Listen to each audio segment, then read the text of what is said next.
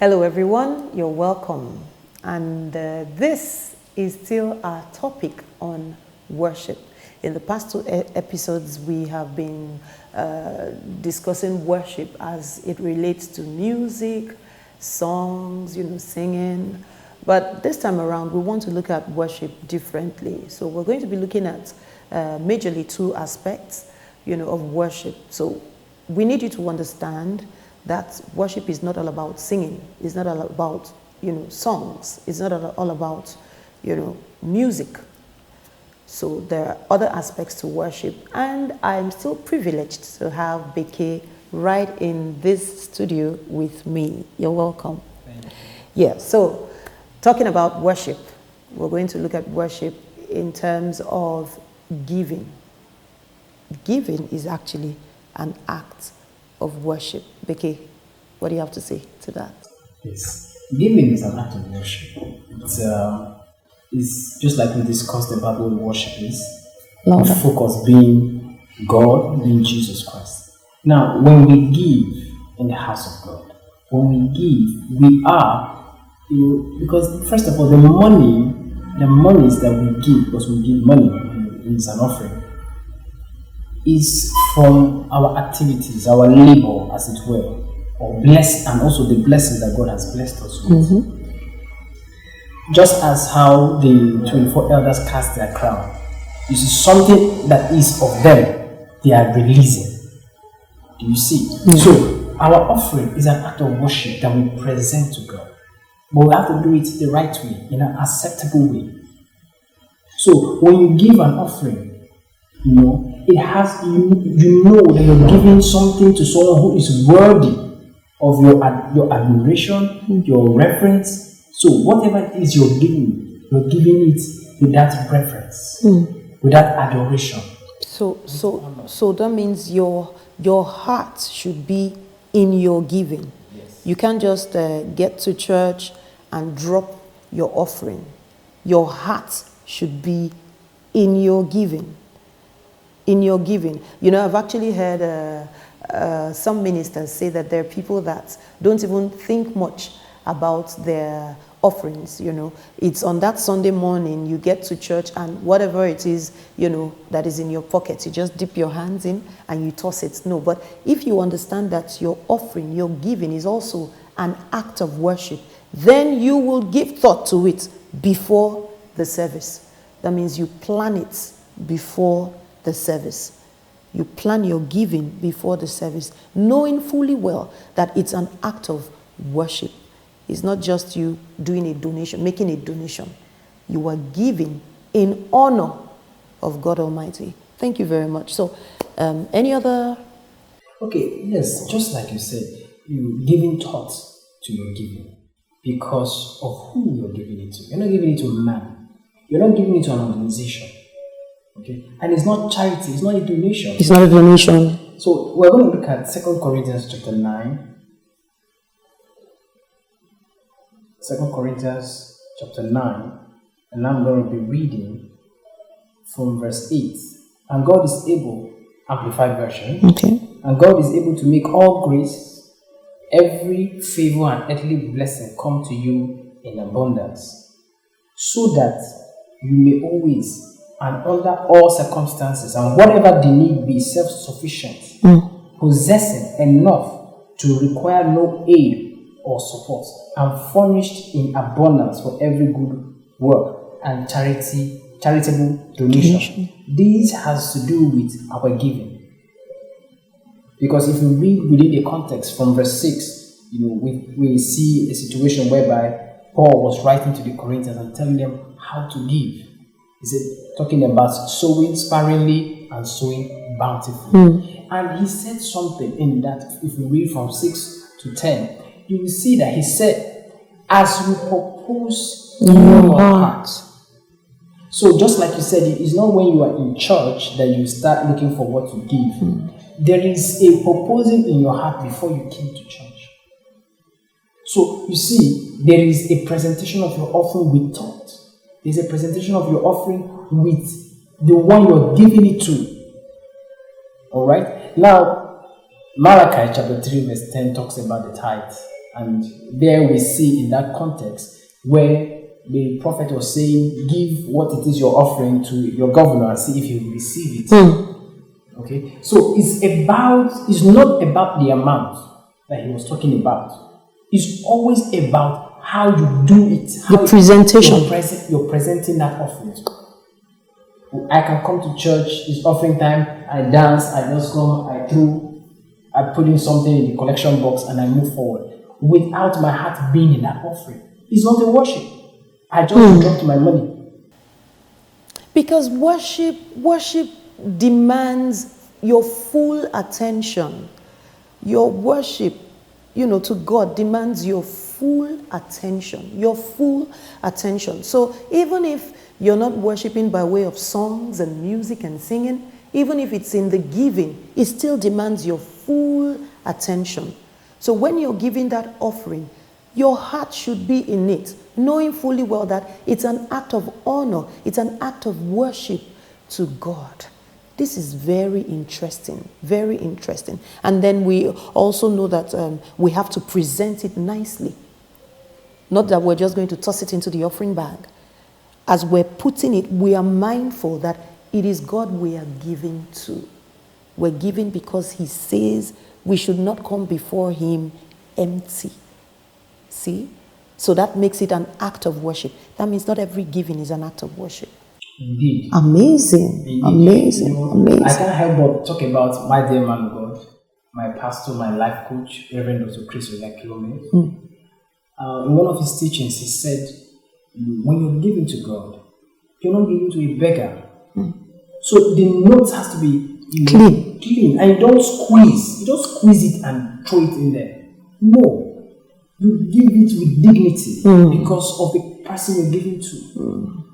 You can squeeze and give to a beggar, but even at that, it's a bit, if you look at it, it's less dignified. Truthfully. To squeeze money and toss it to a beggar. But you give it with dignity. So all this requires a thought process, a thoughtful process. Your heart has to be in it. If your heart is in it, you're not going to toss it, you're not going to squeeze it. Remember, offering is not about the amount.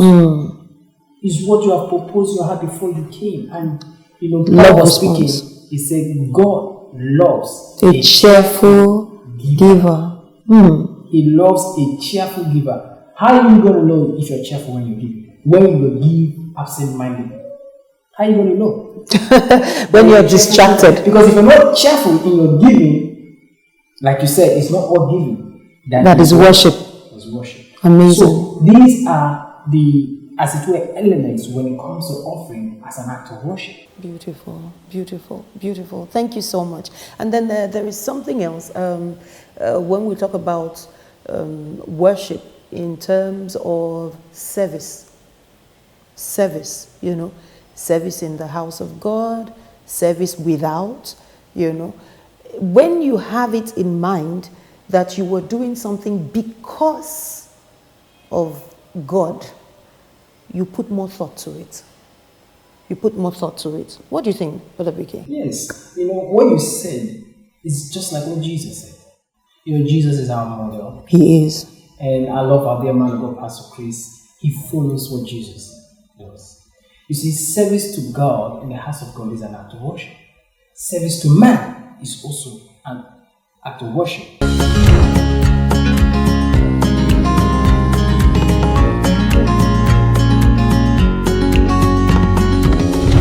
Now, I'm going to read Romans chapter 12 from the Amplified Version, verse 1. Romans chapter 12, verse 1. Amplified.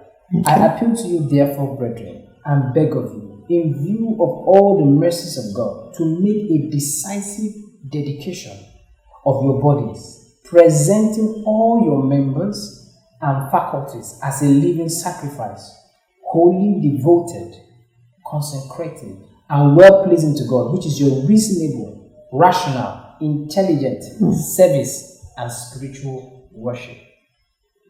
Now, in the house of God, there are a lot that is being done, being carried out. You see, in the Old Testament, we had the priests and we had the Levites. And both of these have their own functions and duties as described by God, not man. Man didn't come up with it. God said the Levites are to do this, the priests are to do this. So in the New Testament, we also have in corporate worship people who serve in the house of God. And that service, whether you're cleaning the chair, you're mopping the floor, you're cleaning the restroom, any of those that you do with dedication is a spiritual worship. You see, when you're serving in the house of God, when you're cleaning those chairs, when you're mopping those floors, when you're decorating the house of God, decorating the altar, you are doing it with the object of worship, who? The Father, knowing that it is His house. Jesus went to the temple and took whips and drove out the money changers. He said, my Father's house is a house of prayer. He said, is a temple here on earth. But he said it is his Father's house. And you have turned it into what? A den of thieves. So, you see, in the church, in your local assembly, is your Father's house.